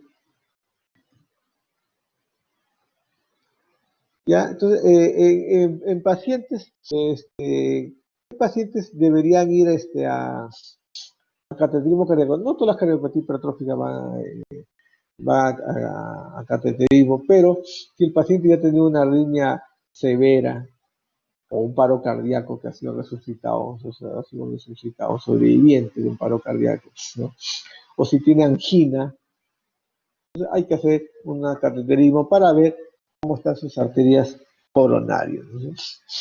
La otra opción es que yo haga una tomografía coronario, un exotén coronario. Muy bien, entonces, esas son las indicaciones para ver las arterias coronarias en una cardiopatía hipertrófica. Y si el paciente hace taquicardia sostenida, ha hecho síncope, ¿no es cierto? Uno puede hacer un estudio electrofisiológico del corazón para ver si tiene algún origen de arritmia ventricular. Como ya le dije, la cardiopatía hipertrófica puede presentar síncope y eso puede deberse a que tiene obstrucción del tracto de salida, obstrucción del tracto de salida, ¿no? Obstrucción del tracto de salida auricular del ventrículo izquierdo, es en inglés. Entonces el síncope puede producirse por eso, pues, porque tiene obstrucción del tracto de salida, o porque hace arritmias ventriculares, o porque estas cardiopatías hipertróficas a veces también hacen aurículos ventriculares, ¿cierto? El paciente tiene hipovolemia, también es muy propenso a hacer qué cosas síncope, ¿no? Recuerde que estos pacientes tienen que estar bien hidratados y por eso que en el ejercicio se produce más síncope y muerte súbita. Si el paciente no está bien hidratado, tiene hipovolemia, entonces la cavidad ventricular va a ser más pequeña. Y si la cavidad ventricular está más pequeña, entonces al producirse la sístole, con mayor frecuencia se va a subir la salida del ventricular. Entonces, en estos pacientes, a diferencia de la cardiopatía dilatada, no debo dar muchos diuréticos. Me conviene que también hay que tratar en la medida posible de sobrehidratar a estos pacientes, para que la cavidad del ventrículo izquierdo no esté tan... Muy bien. Entonces, un paciente con cardiopatía hipertensiva se desmayado, ¿qué tenemos que hacer? Electrocardiograma, ecografía en reposo y en ejercicio para ver si hay una obstrucción de tracto de salida solamente en ejercicio, el Holter ya le dije, y una prueba de esfuerzo para ver qué ocurre en ejercicio. ¿Qué es el tratamiento? Pues el tratamiento es evitar que haga ejercicio, sobre todo ejercicio extremo, ¿no? Muchas veces son deportistas inclusive calificados que pues lamentablemente se les va su vida. Pues, ¿no? Imagínense que Messi hubiera tenido una cardiopatía hipertrófica y le diga, ¿sabes qué? Ya no puedes parar fútbol, ¿no? Se le va su vida, pues la vida de él es fútbol. O que a Federer, a Nadal, no sé, Djokovic, dijeran, tiene cardiopatía hipertrófica, obstructiva, entonces no puedes jugar, ¿ya? No te puedes tirar, puedes ganar 13 Roland Garros porque tienes riesgo de que te mueras en el acto. Entonces ya Nadal decide, ¿no es cierto?, qué puede más, el miedo a la muerte, el riesgo de muerte, o la gloria inmortal, de ganar 13, ¿no? Entonces, de todas maneras, haga o no haga ejercicio, hay que evitar los diuréticos y hay que evitar la deshidratación. Debo dar beta bloqueador obligatorio, todos estos tienen que dar beta bloqueador, sobre todo si tienen síncope o angina respiratoria, ¿no? Y la beta bloqueador se mejora la obstrucción del tracto de salida y disminuye la incidencia de muerte súbita. El tratamiento de base es beta bloqueadores, ¿sí? Si el paciente hace arritmias ventriculares, se le puede agregar amiodarona, ¿no es cierto? Y el verapamilo también ayuda, pero solamente si es intolerante a los beta bloqueadores. Si es asmático, tiene broncoespasmo, pues no podremos dar los beta bloqueadores, ¿no? Y le daremos verapamil, ¿no? No debo dar diurético, no debo dar nitritado, no debo dar digitálico, no debo dar calcio antagonista. Antagonista no dihidropiridina. Verapamilo sí puedo dar, Viltacet también podría dar. Entonces, los que terminan en pino no debo dar. Digitálico no, muy inotrópico debo dar porque al dar inotrópico le doy más fuerza a ese corazón y obstruye más el tracto de salida del ventrículo izquierdo. Bueno, este es un algoritmo, vamos avanzando rápido, pero acá lo que uno trata de ver en la ecografía, pues trata de ver pues, obstrucción del tracto de salida, ¿no es cierto? Y si tiene mucha gradiente, ¿no? Si tiene mucha gradiente, o sea, está muy engrosado y obstruye mucho el tracto de salida, se lo vemos, la velocidad que alcanza la sangre al salir por el ventrículo izquierdo, pues tenemos que tratar esa obstrucción, ya la vamos a ver cómo. Y si no tiene tanta obstrucción, el gradiente es menos, ¿no es cierto? Si es sintomático, ¿no es cierto? Le tendrá que hacer pues, una ecografía de estrés, ¿no es cierto? Con ejercicio, ¿no? Y aumenta, pues, si hay obstrucción dinámica, o sea, durante ejercicio tenemos que tratar esa obstrucción. Y si no hay obstrucción, pues entonces solamente manejo médico, ¿no? Si el paciente es asintomático, ¿no? y la gradiente, la obstrucción no es tanto, ¿no es cierto? Yo le hago seguimiento cada 6 meses o cada año. Entonces, yo en el ecocardiograma hago el diagnóstico y valoro. Si hay obstrucción de tracto de salida muy importante, se ve por muchas gradientes, muchas presiones, va al tratamiento de la obstrucción. Si no hay mucha obstrucción, le hago, veo. Si tiene síntomas de disnea, entonces, ¿qué hacemos? Hacemos una ecografía de estrés con ejercicio. Y si hay obstrucción de tracto de salida, tratamos esa obstrucción. Si en el ejercicio no aumenta la obstrucción de tracto de salida, manejo médicos, las medicinas que toman normalmente para, o sea, beta bloqueadores básicamente, ¿no? A veces IECA, y si es asintomático y no tiene mucha obstrucción de tracto de salida, pues le hago ecografía cada 6 meses o cada año. Cardiopatía con obstrucción de tracto de salida, vamos avanzando rápido, nos gana la hora.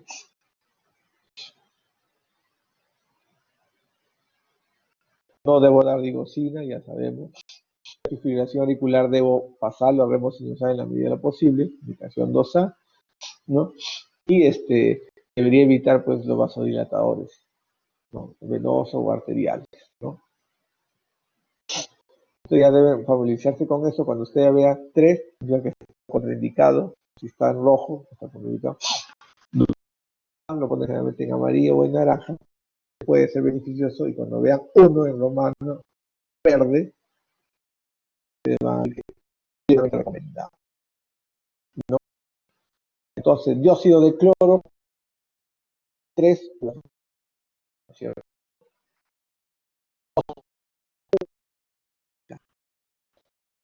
ivermectina, 2 veces, algunos dirán, tal vez, las recomendaciones son 1 verde, amarillo, y parece que sí, pero menos, con más duda, y 3, depende del nivel de evidencia ABC, ¿no? A como ensayo clínico randomizado, y C, opinión de expertos. Como nuestra comisión de expertos que tenemos nosotros en el ministerio, no se ponen de acuerdo si sirve o no sirve en la medicina. Están todos mis profesores de la Cayetano, también hay todos mis profesores de la Cayetano que se pelea y dice que sirve, no sirve, que sí. Bueno, más debo lo verde, que es lo principal.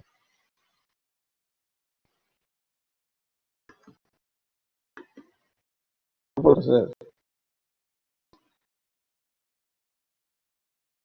Bueno, dar los beta bloqueadores, ¿no es cierto?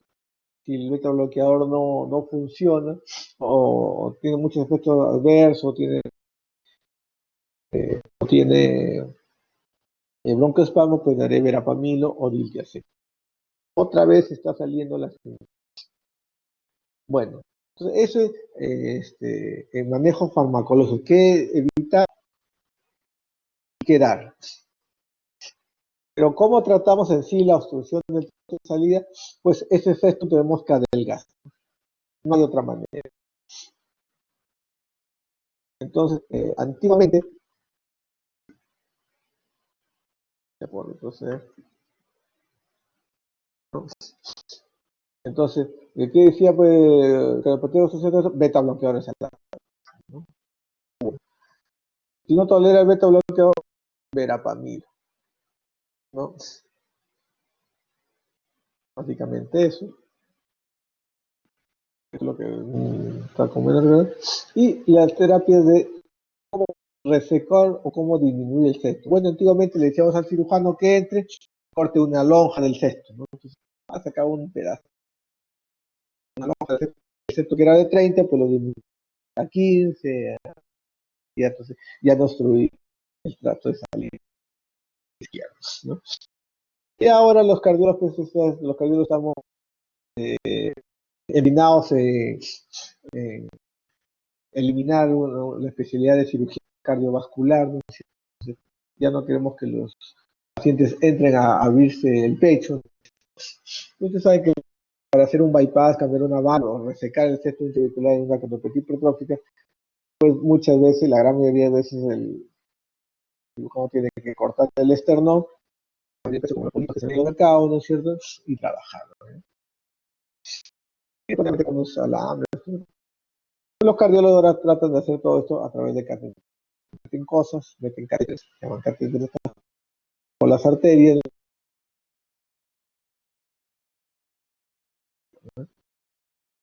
Entonces, van a,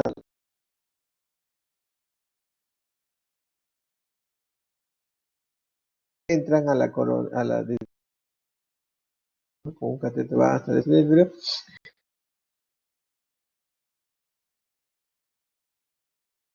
diagonales que digan la cara anterolateral,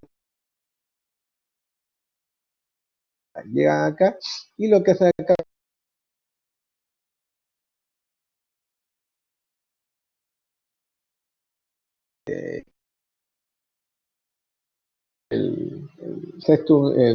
la rama cestal, ¿no es cierto? Y se produce un infarto provocado solo el sextum se otra vez no se pone un dispositivo que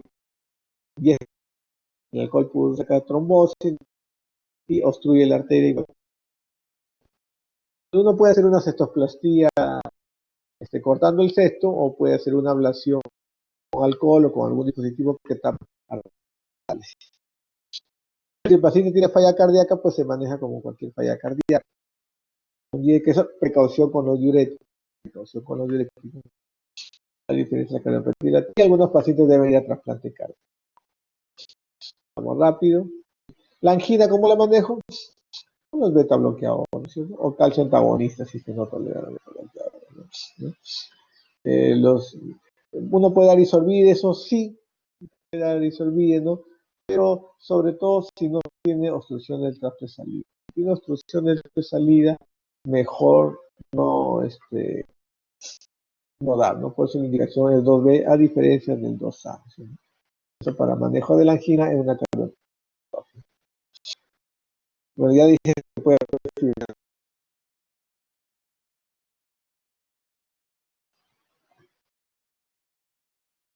la fibrilación auricular, en la medida de lo posible pasarlo a ritmos, ¿no? Y no tenemos anticoagulación. La anticoagulación es para anticoagular, ya lo hace la clase de eso sobre fibrilación auricular, pues digo beneficios, digo de anticoagular y de sangrado, ¿no? Si tengo fibrilación auricular, yo puedo controlar el ritmo con beta bloqueadores o verapamina, que me sirve también para la obstrucción de tracto de salida, ¿no? Indicación 1, pues verde. Algunos pacientes deben ir a cateterismo eléctrico, o sea, estudio, ablación,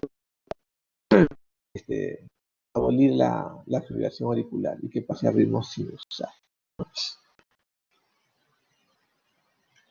Vamos avanzando. Muy bien. ¿Quiénes de los que tienen cardiopatías por ejemplo son al alto riesgo? O sea, son los que tienen muerte súbita. Bueno, los que ya tuvieron muerte súbita. ¿Cómo es eso? Los que tuvieron muerte súbita y usted lo resucitó, alguien lo resucitó, le hicieron masaje cardíaco, todo y salió. Bueno, usted tiene alto riesgo de hacer una nueva muerte súbita y morirse de veras. Tiene varios síncopes, tiene mucha densidad de arritmias ventriculares en el Holter, y hay familiares, padres o hermanos, o sea, de primera muerte súbita, mucho riesgo también hacer mucho durante el ejercicio, y que uno prueba de esfuerzo o una ecografía con ejercicio, hace hipotensión o hace obstrucción del tracto de salida dinámica, alto riesgo, y si el septum es mayor de 30 milímetros de grosor, auricular, alto riesgo de muerte. Muy bien, estas son otras condiciones de muerte súbita. Avanzamos. Lo que tenemos que hacer para prevenir muerte súbita, bueno, para prevenir muerte súbita en algún momento tendremos desfibrilar. El paciente ya tiene un alto riesgo o ya tuvo una muerte súbita que fue abortada, este paciente tiene que ir a qué cosa, a desfibrilar implantable. Un marcapaso que pone y cada vez que haga la arritmia le va a disparar y le va a abolir la arritmia. Obviamente el paciente va a estar con beta bloqueadores y con amiodarona. Es un paciente. ¿Por qué? Porque la idea es que usted le ponga el aparato y no esté funcionando a cada rato, ¿no? Porque no previene, lo que hace es trata la arritmia ventricular, le va a prevenir la muerte súbita, no le va a prevenir la arritmia ventricular. Entonces, para eso sí tengo que dar mandatoriamente el beta bloqueador y probablemente agregarle amiodarona. La cardiopatía del embarazo tiene un cierto riesgo, ¿no? Avanzamos eso. Vemos, ¿no es cierto?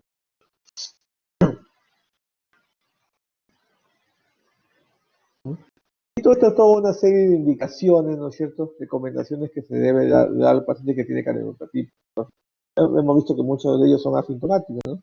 Hay que darle recomendaciones sobre el ejercicio, sobre la dieta, sobre dejar de fumar, las medicaciones que puede y no puede tomar, ¿no es cierto? Este, ¿Cómo se llama? El manejar, ¿no es cierto? Los pacientes que son, por ejemplo, pilotos de la aviación comercial, pues tienen que ser tratados y pues obviamente ir a cateterismo, estudios de no es manejar. Porque si manejamos los 300 pasajeros, ¿no es cierto? No va a tener que cambiar de trabajo o hacer un tratamiento. El pronóstico es muy variable, va a depender de los criterios que yo le he puesto, ¿no? Del grosor, si se hace 5, si se hace arriba de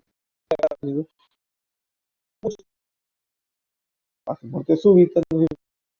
Y algunos se hacen muy bien. Ya para terminar, la cardiopatía restrictiva. Estos pacientes tienen ventrículos rígidos porque hay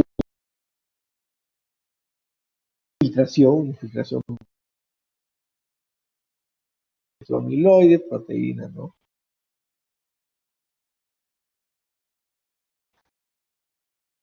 Infiltración de por gránulos, en caso de sarcoidosis, ¿no es cierto? La mayoría son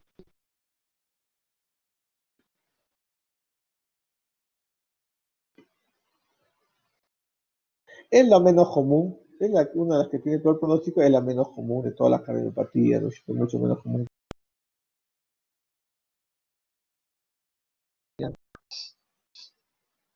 Muy bien. En muchos sitios la amiloidosis es muy frecuente.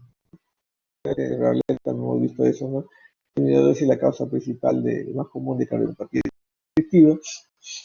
Hemos visto dos en realidad y uno en la clínica.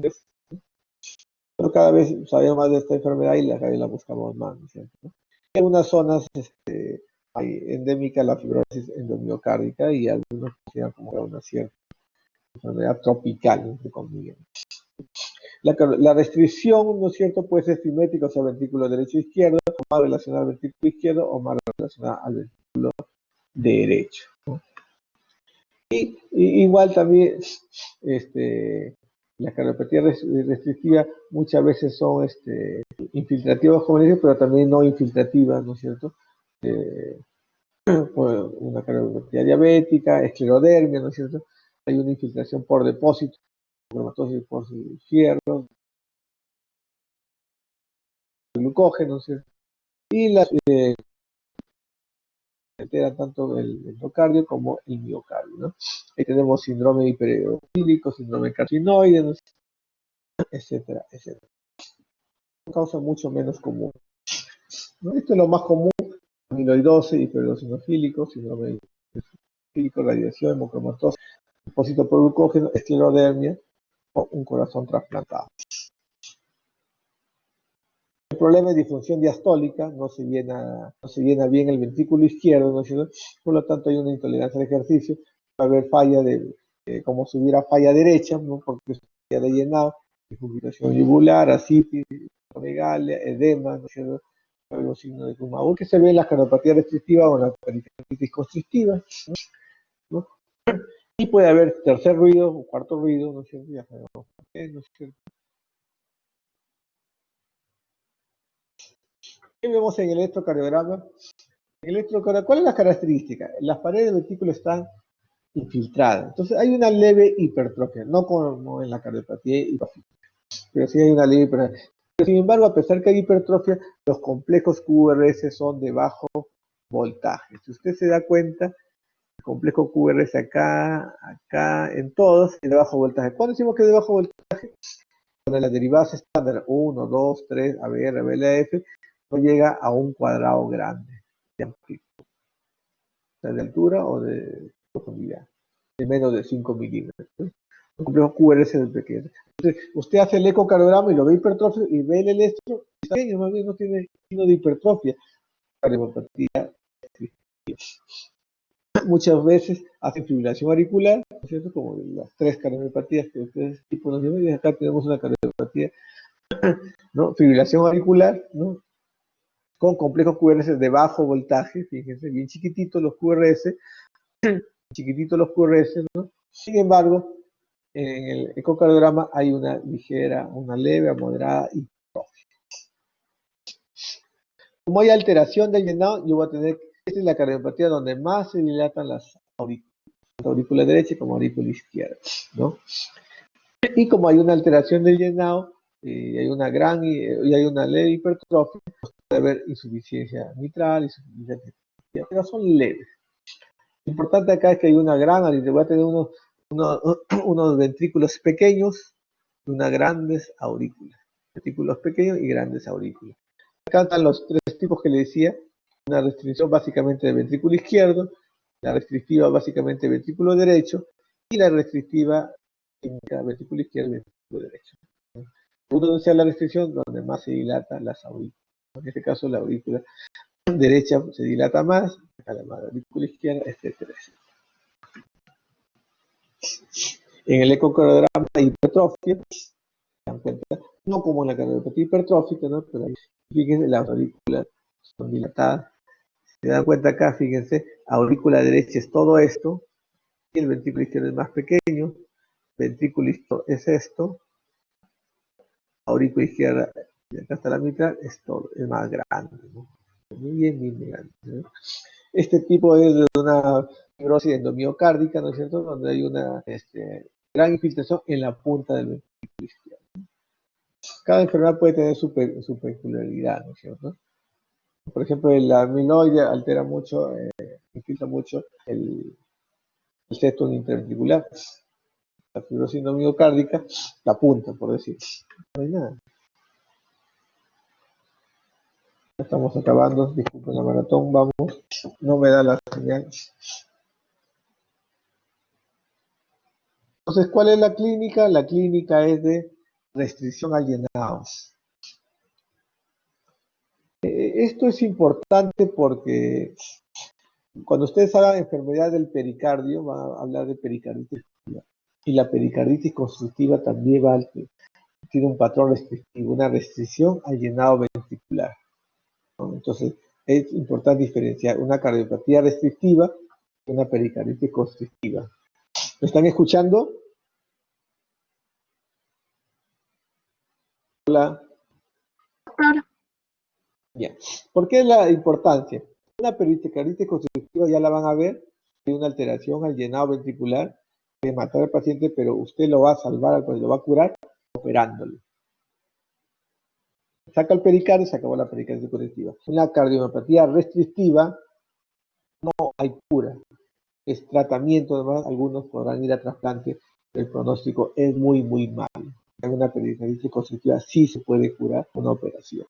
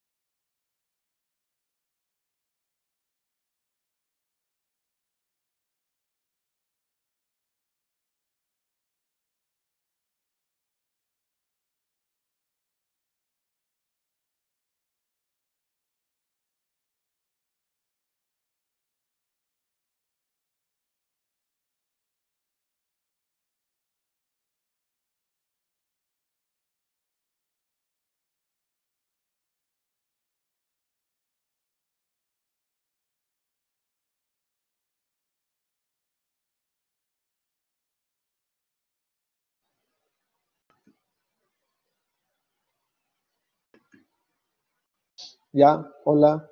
Sí, no se había cerrado todo. En el ecocardiograma vemos la hipertrofia, vemos las aurículas grandes y vemos que el llenado ventricular se altera. Tiene un patrón restrictivo. ¿Qué es un patrón restrictivo? La disfunción diastólica restrictiva.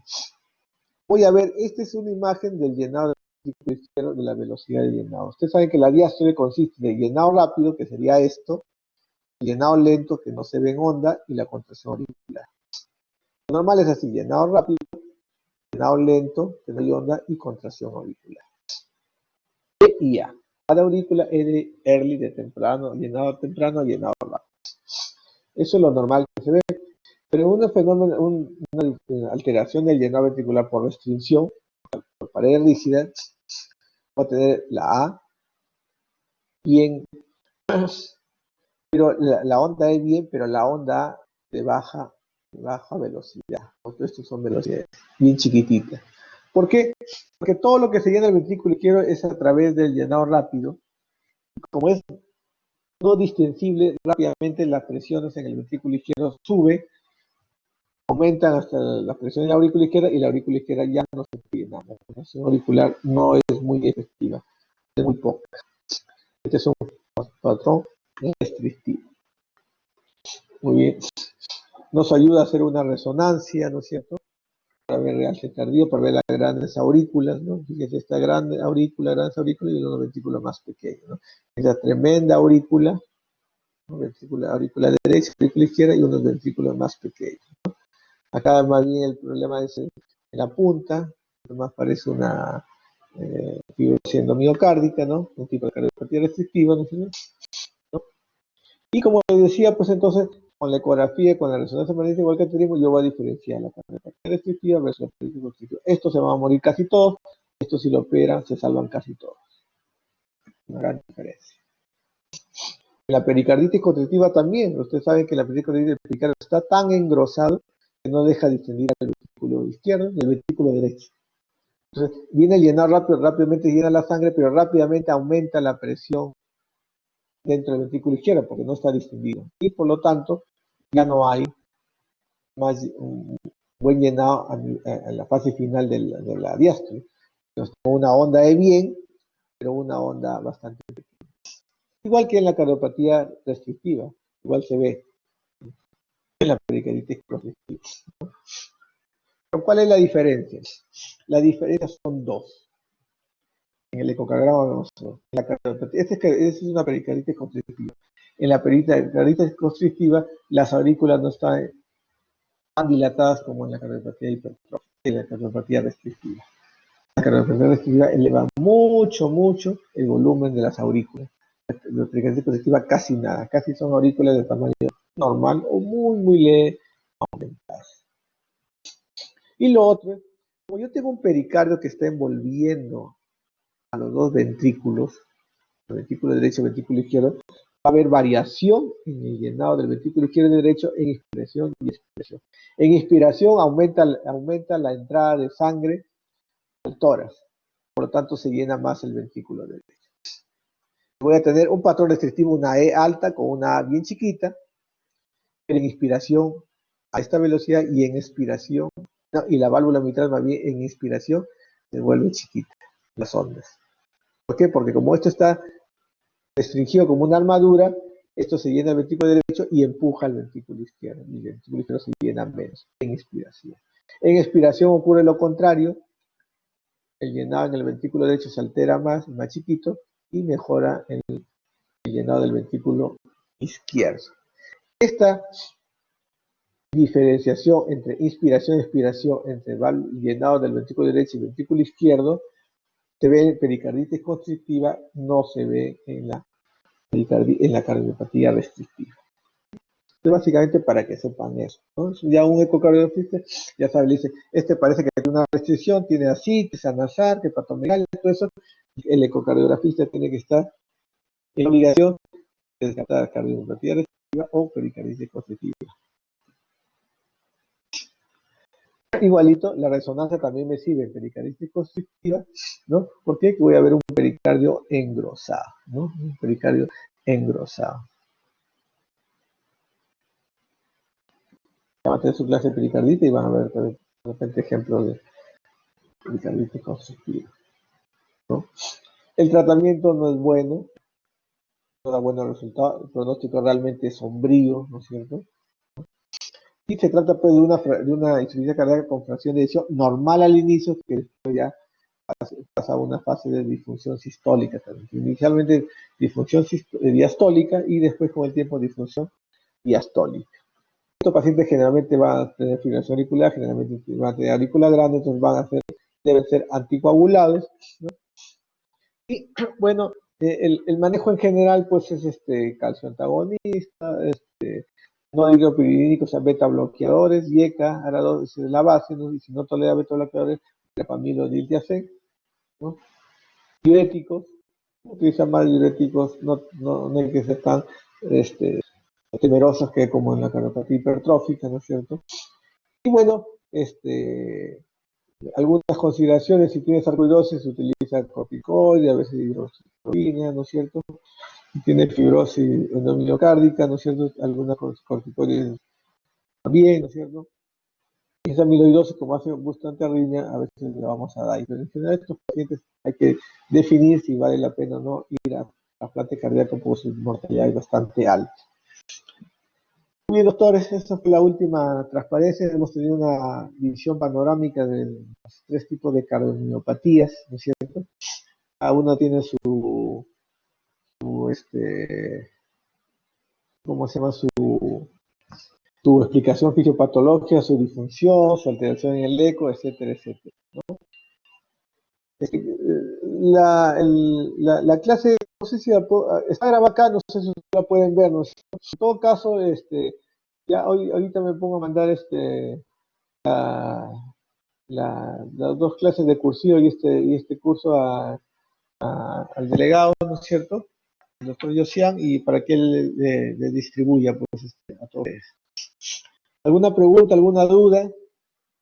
Creo que no lo sean mareado, pero básicamente saben cuál es la acción en cada uno de los 3 tipos de cardiomiopatía y por hay algunas diferencias en el tratamiento, ¿no?